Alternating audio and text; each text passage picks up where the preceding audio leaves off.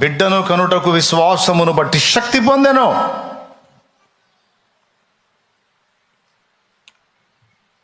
విశ్వాసము, దేవుని యందలి విశ్వాసము కానరాకుండా, కనబడకుండా మనలో గొప్ప కార్యములు జరిగిస్తుంది. లేని వాటిని ఉన్నట్టే పిలుచువాడు ఆయన. దేన్ని బట్టి? సమస్తము కూడా విశ్వాసమును బట్టి జరిగించాడు యేసయ్య. దేవునికి మహిమ కలుగును గాక. మనం అంటాం అనుకూలంగా ఉన్న వాటిని కూడా వ్యతిరేకంగా మాట్లాడతాం మనం. అదొక టైప్ మైండ్ మంది. కానీ ఆయన మాత్రం శూన్యాన్ని చూస్తాడు, సృష్టిగా మారాలంటాడు, అంతే అయిపోతుంది. రెల్లు లాంటి పేతురు వైపు చూచి నీవు రాయివి అంటాడు. నీవు రాయివి రాయివి రాయివి రాయివి రాయివి. ఒకేసారి అతని తత్వం అతనికి ఎల్లప్పుడూ గుర్తుండున్నట్లు దేవుడు పేరే పెట్టేస్తాడు, కేఫా. నువ్వు రెల్లువు కాదు, నువ్వు రాయివి అని యేసయ్య ఒకసారి పలికి వదిలిపెట్టాడు. అది పదే పదే గుర్తుండున్నట్లు ఒక నామం, ఒక పేరులాగా స్థిరపరుస్తాడు. పేతురు ఏంటో పేతురుకు తెలుసు. గాలికి కదిలే రెల్లు. ఊరికనే కోపడతాడు, ఊరికనే కృంగిపోతాడు. అప్పుడే పొగడ్తలు, అప్పుడే తిట్లు, తొందరపాటు. నువ్వు చెప్పిన మాట చొప్పున చేస్తానయ్యా అని వలేస్తాడు. అద్భుతం చూసామో నేను పనికిరాను పోయా అంటాడు. అలాంటి ఒక రెల్లు నీకోసం ప్రాణం ఇస్తానంటాడు. గంటలు గడవక ముందే ఆయన ఎవరో నాకు తెలియదు అంటాడు. ఒక రెల్లు స్థిరముగా నిలిచి ఉండలేని, చిన్న గాలికి పెద్ద గాలికి కదిలిపోయే ఒక రెల్లో. ఆ రెల్లును పట్టుకొని యేసయ్య ఏమంటాడు? నీవు కేఫా, నీవు రాయివి అంటాడు. ఇక నుంచి నీ పేరు రాయి, రాయి, ఇక నుంచి నీ పేరు రాయి. ఈ పద్దాకులు ఎవరికన్నా చెప్పుకుంటే ఏం చెప్పుకోవాలి? ఇప్పుడు సీమోన్ ఏం చెప్పుకోవాలి? నీ పేరు ఏంటంటే రాయి. ఎవరు పెట్టారు? యేసయ్య పెట్టాడు. అయిపోయింది. విశ్వాసమును బట్టి లేని దాన్ని ఉన్నట్టే పిలిచాడు. చివరికి పేతురు రాయి అయ్యాడు. గాలికి కదిలిపోయినటువంటి రెల్లు వలె ఉన్న ఆయన చివరికి రాయి వలె నిలిచిపోయాడు స్థిరంగా. ఒక ఆడపిల్ల బెదిరిస్తే బెదిరిపోయినటువంటి అతను వేల మంది ప్రజల ముందు నిలిచి, మీరు చంపినా బ్రతికించినా నేను సత్యం ప్రకటిస్తున్నాను, మీరు ఎవరిని సిలువ వేసి చంపితిరో దేవుడు ఆయనను మృతులలో నుండి లేపెను, మరణం ఆయనను బంధించి ఉంచుట అసాధ్యమో, ఆయన తిరిగి లేచెను, అందుకు మేము సాక్షులము. నజరేయుడగు యేసు నామమందలి విశ్వాసము ద్వారా రక్షణ రక్షణ అని ప్రకటిస్తే 3,000 మంది వరుస పెట్టి బాప్తిజం పొందటం మొదలుపెట్టారు. అంత చంచల మనస్కుడు, స్థిరము లేనివాడు, రెల్లు వంటి వాడు. అలాంటి వాణిని విశ్వాసమును బట్టి పలికి రాయిలాగా నిలబెట్టి తన మాట గెలిచిందో లేదో మనందరి కళ్ళారా చూపించిన మహనీయుడు యేసయ్య. ఆయనకు మహిమ కలుగునుగా. పిరిగితనంతో భయంతో బ్రతికేటువంటి గిద్యోను చూసి అంటాడు, పరాక్రమము గల బలాఢ్యుడా. ఏడుంది అంత పరాక్రమం, అంత బలం? అంతుంటే గానుగు చాటున దాక్కొని గోధుమలను దొళ్ళగొట్టుకునే కర్మ ఎందుకు? మిద్యానుల చేతికి చిక్కుతామని కదా. మిద్యానీయుల చేతికి చిక్కకుండా, ప్రాణాపాయం తెచ్చుకోకుండా గానుగు చాటున గోధుమలను దొళ్ళగొట్టుకుంటున్నా ఒక పిరికి వాళ్ళగా గిద్యోను కనపడుతున్నా. అతను చూసి అంటాడు దేవుడు, పరాక్రమము గల బలాఢ్యుడా. యెహోవా నీకు తోడై ఉన్నాడు. తోడై ఉంటే మాకు ఈ కర్మ ఎందుకు పట్టింది అంటాడు అతను. ఏం కాదు, దేవుడు నీకు తోడై ఉన్నాడు, నువ్వు పరాక్రమం గల బలాఢ్యుడివాడు. పరాక్రమము అంటే ఏంటి? వెనక పారిపోయే తత్వమా, ఎదురు తిరిగే తత్వమా? పరాక్రమం అంటే ఏంటంటే, పరాక్రమం అని మాట్లాడాలంటే సింహాన్నే గుర్తు చేసుకోవాలి. అంతేనా కాదా? పరాక్రమము గల జీవి వెనకడుగు వేయదు. మరణాపాయం వచ్చిన వెనకడుగు వేయదు. చంపటమా చావటమా రెండే. పరాక్రమంతో ముందుకెళ్తుంది. అట్లా పరాక్రమం అంటే ఏంటి? పిరికితనము లేని, గుండె ధైర్యము కలిగిన వ్యక్తి పరాక్రమము గలవాడు అంటే. అలాంటి పేరు దాక్కొని గోధుమలను దొళ్ళగొట్టుకునే ఒక పిరికి పందగ పెట్టొచ్చా? కానీ అలాంటి వ్యక్తిని చూసి దేవుడు అంటున్నాడు, పరాక్రమము గల బలాఢ్యుడవు నీవు. అంటే మనిషి తనలోనికి తాను ఏం చూసుకుంటున్నాడో అది వేరు సంగతి. దేవుడు దాన్ని గుర్తుపడుతున్నాడు. తనలోనికి తాను చూసుకొని తాను ఏమనుకుంటున్నాడో దేవుడు గుర్తించి, దేవుడు అతనికి తనలో ఏమి దాచిపెట్టాడో దాని గురించి మాట్లాడుతున్నాడు. మనల్ని మనం చూసుకున్నా, మనల్ని ఇతరులు చూసినా మనలో ఏం కనపడదు. కానీ మనల్ని సృష్టించిన వాడికి తెలుసు మనకేమి ఇచ్చాడో. నీకు అర్థమైందా? నువ్వు అసమర్థుడివి, అసమర్థురాలివి నీ ఫీలింగ్లో, నీ మనసులో. నీ వారికి కూడా అలానే ఉండొచ్చు.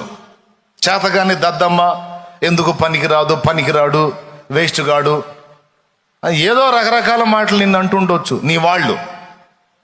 తెలివి తక్కువది, జ్ఞానం లేనోళ్ళు, అంత చురుకైన వాళ్ళు కాదు, అట్లా ఇట్లా, అది లేదు ఇది లేదు, ఏదో అంటుండొచ్చు. నీకు కూడా నిజమే అనిపిస్తుండొచ్చు. వాళ్ళు అంటమే కాదు, నాకు కూడా అంతే ఉంది. కానీ నిన్ను నిర్మించిన నిర్మాత ఒకడు ఉన్నాడు. అతను నిన్ను నిర్మించేటప్పుడే అసలు నీ టోటల్ తత్వం అంతా ఏది ఉండాలో, ఎలా ఉండాలో మొత్తం డిజైన్ చేసిన వాడికి తెలుసు నీకెంత ఫోర్స్ ఇచ్చాడో. నీ కెపాసిటీ ఏంటో, నీ జ్ఞానం ఏంటో, నీకు దేవుడు ఇచ్చింది ఏంటో ఆయనకు తెలుసు. అందుకే అందరు అన్నట్టు దేవుడు అనడు, మనుషులు అన్నట్టు దేవుడు అనడు. నీ మనసు నీతో చెప్పినట్టు దేవుడు చెప్పడో, దానికి ఆపోజిట్లో చెప్తాడు దేవుడు. నా వల్ల కాదయ్యా నువ్వు అంటావు. నో, కాదని ఎందుకంటావు? నేను నా సామర్థ్యం ఇచ్చాను నీకు, ఖచ్చితంగా నీ వల్ల అయింది పో అంటాడు. లేదు ప్రభా నా వల్ల, అరే నేను రెల్లును ప్రభా. రెల్లుని ఎందుకంటావు నువ్వు? నేను రాయిలాగా చేశానా? ఉంది నీకు ఆ ఫోర్స్? లేదు ప్రభా. అరే ఉంది, ఇచ్చినోండి నేనైతే. దేవునికి స్తోత్రం కలుగును గాక. పరాక్రమం గల బలాఢ్యుడా.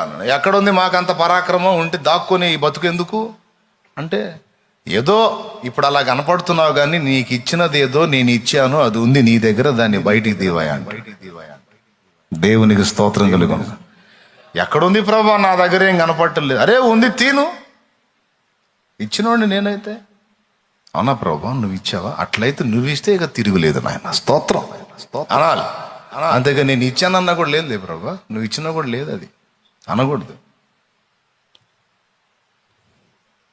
ఎన్నోసార్లు చెప్పా ఈ విషయాలు. అబ్రహాము గురించి కూడా. అబ్రహాముతో ఏమన్నాడు? ఒక్కడు కూడా సంతానము లేనప్పుడు నీ పేరు ఇది మొదలుకొని అబ్రాము అనబడదు, అబ్రహాము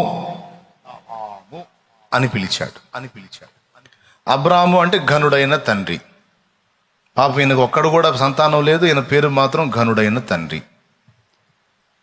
కానీ దేవుడు ఏం చేశాడు? నీవు ఇక నుంచి అబ్రాము కాదు, అబ్రహాము అంటే జనములకు తండ్రి. నాకు తెలిసి అబ్రహాం నవ్వుకొని ఉండొచ్చు కదా, ఏ ఒకడికి కూడా దిక్కు లేదు, నేను జనాలకు తండ్రిని అంట. ఆయన చెబుతాడు, నేను వినాలి. మీరు చెప్పండి నాకు ఒక్క సంతానం కూడా లేదు, పెద్ద దాసుడు ఎలియాజరే నాకు దిక్కయ్యేటట్టున్నాడు, ఈయనేమో నా దగ్గరకు వచ్చేవో నీ పేరు ఇక నుంచి జనములకు తండ్రి. ఈ మాట నా పేరు ఇలాగని చెబితే పగలబెట్టింది ఎవరు జనం అనుకుని ఉండొచ్చు. లేదా తన సమీపస్తులకు, సంబంధులకు చెప్తే వాళ్ళు కూడా నవ్వుతుండొచ్చు. కానీ అబ్రహాములో ఎంత జనాంగాన్ని దాచిపెట్టాడో ఆయనను సృష్టించిన సృష్టికర్తకు తెలుసు.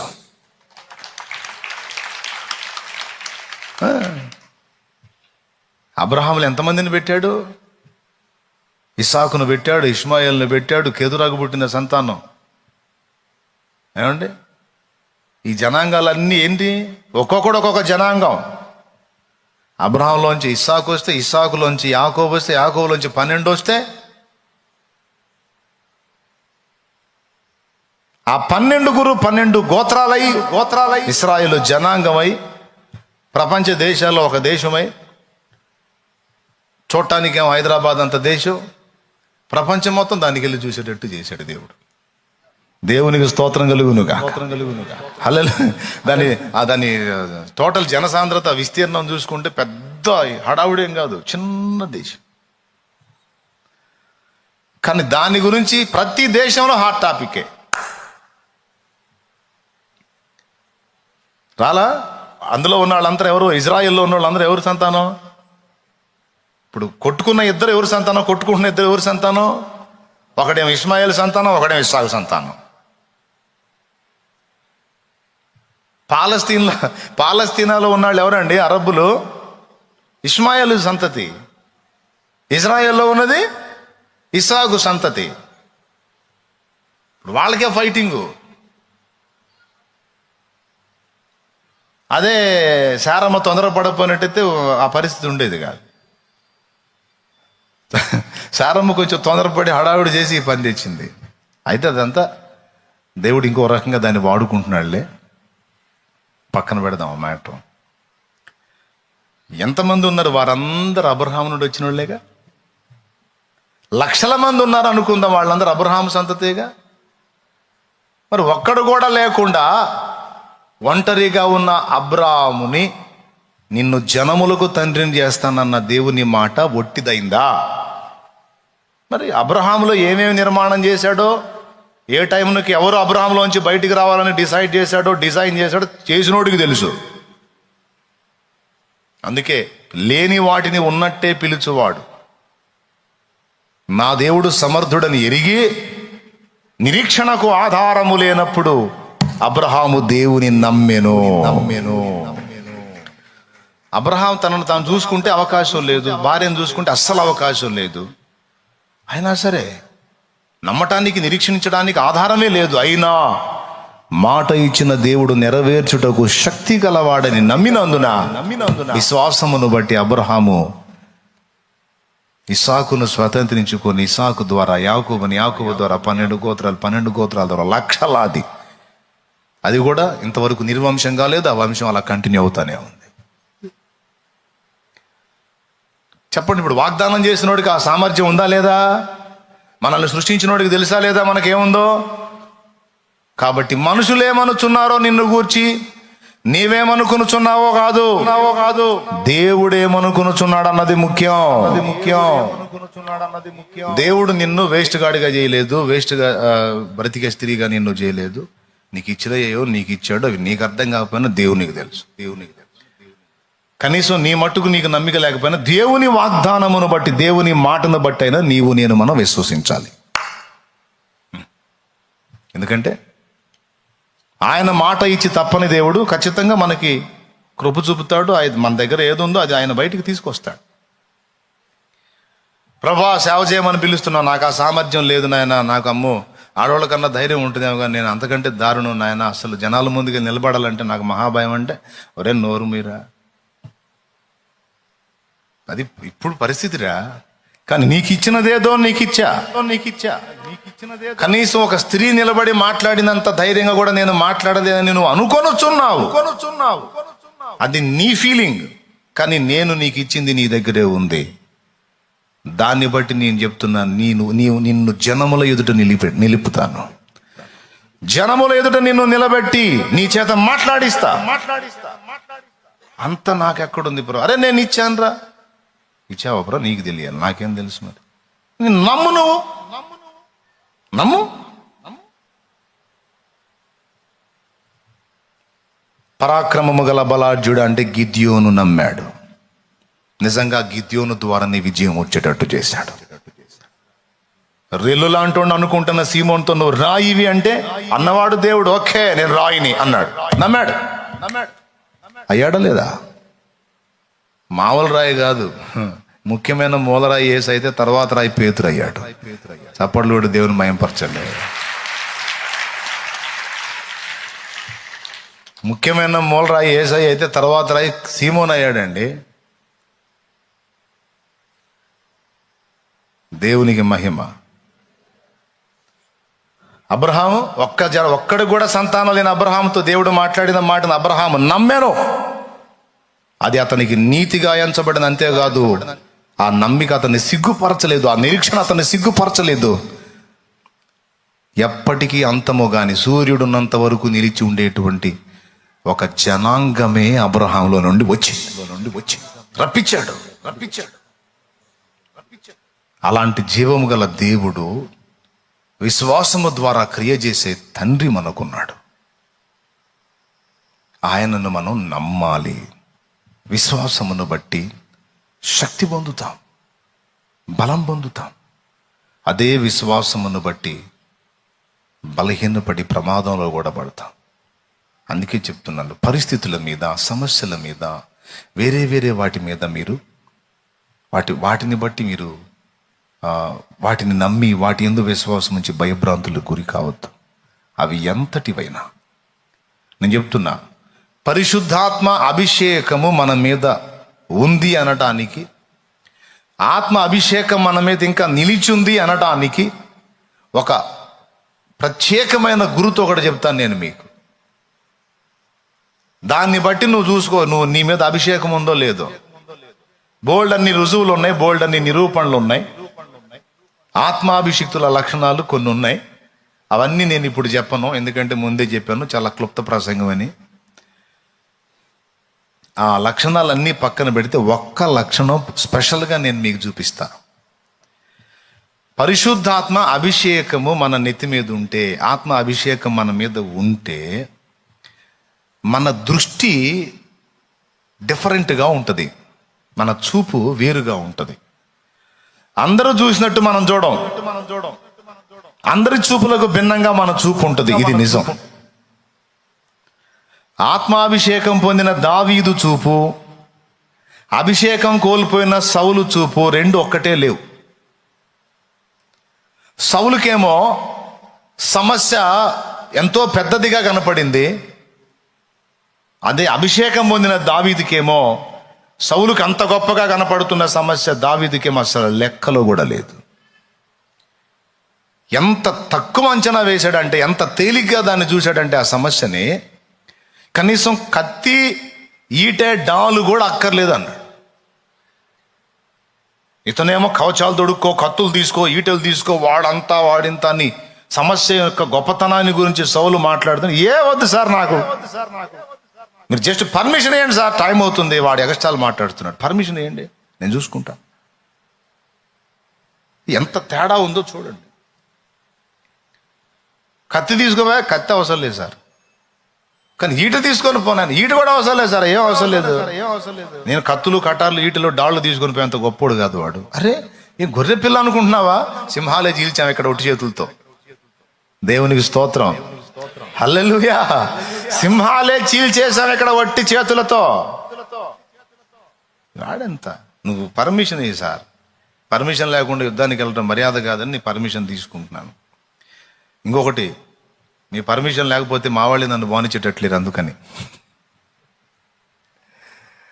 యుద్ధం చూడటానికి వచ్చానంట. మా వాళ్ళు చేసినట్టు నేను చూసినట్టు పర్మిషన్ తీసుకుని పోయాడు. ఏం తీసుకుని పోయాడు? పక్షుల్ని తోలేటువంటి ఒడిశాల తీసుకొని పోయి, అంత పెద్ద సమస్య, 40 రోజులుగా వాళ్ళందరినీ గడగడలాడించిన సమస్య, అభిషిక్తుడైన వాని దృష్టికి ఒక చిన్న పిట్టతో సమానమైపోయింది. బాబా,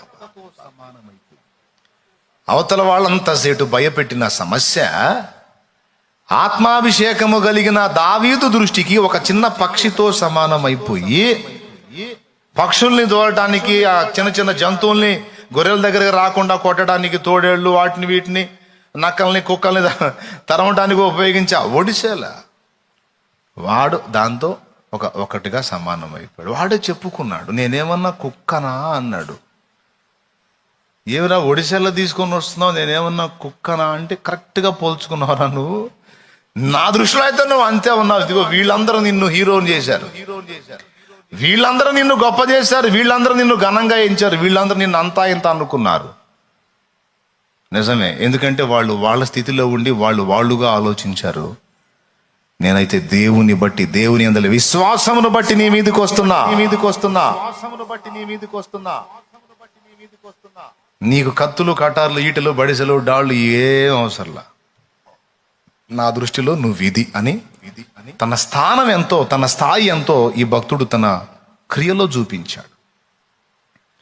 40 దినాలు వాళ్ళకు ఊపిరాడకుండా చేసిన సమస్య, 40 దినాలు కాలు చేయి ఆడకుండా చేసిన సమస్య, వాళ్ళని అంతసేటు భయభ్రాంతులకు గురి చేసి పారిపోయేటట్టు, వాడు రాగానే చాలు ఇల్లు మళ్ళీ అప్పటిదాకా హే హే అనుకుంటే యుద్ధానికి వెళ్ళే వాళ్ళు వాడు వచ్చి తొడ జరవగానే మళ్ళీ మొత్తం కలిసి మెరకెక్కుతారు. అంతసేటు ఉరికించిన సమస్య అభిషిక్తుడైన వాని దృష్టికి కనీసం ఒక చిన్న జంతువుతో కూడా సమానంగానంత తేలికగా అయిపోయింది. నేను చెప్తున్నాను, అదే పదే పదే చెప్తున్నాను. నీ మీద అభిషేకం ఉంటే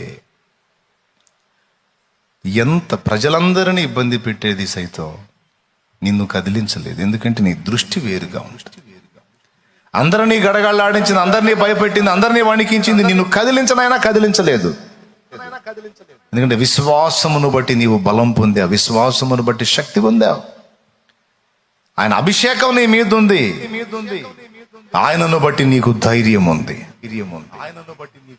అందుకే దేనికి భయపడు. దేవునికి మహిమ కలుగును గాక. ప్రజలు గడగడ వణికిపోయే సింహం నీకు ఇబ్బంది పెట్టేది కాదు.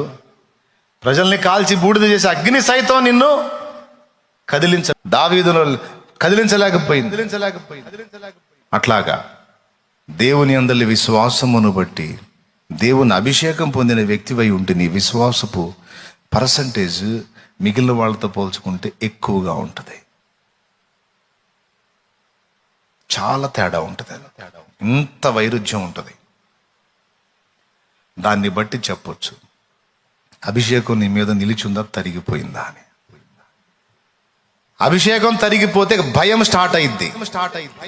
చిన్న సమస్య కూడా భూతద్దంలో కనపడేది. ఇది లక్షణం, రోగ లక్షణం చెప్తున్నాను.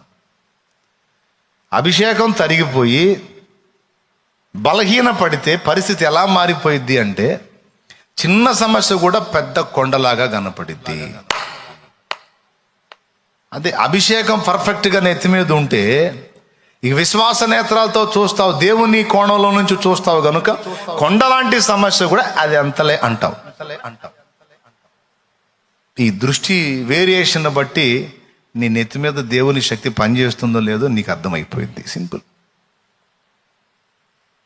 దృష్టి మారిపోతుంది. కాబట్టి నా ప్రియ దేవుని బిడ్డలారా, మీ అందరికీ చెప్తున్నాను,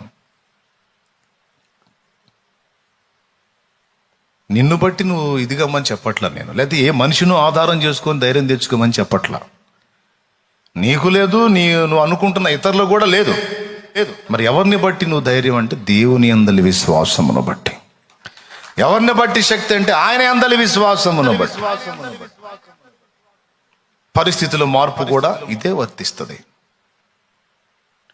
గందరగోళంగా ఉంది పరిస్థితి, తారుమారుగా ఉంది, గజిబిజిగా ఉంది, శూన్యంగా కనపడుతుంది, ఏం అర్థం కావట్లా, జీవితం చిన్న భిన్నంగా ఉంది. ఇలానే ఉంటుందా? నిన్ను అలానే వదిలేయటానికి చేశాడా దేవుడు? కాదు. విశ్వాసమును బట్టి చూడు, అది అలా ఉండదు. ఖచ్చితంగా దాన్ని దేవుడు మార్చేస్తాడు.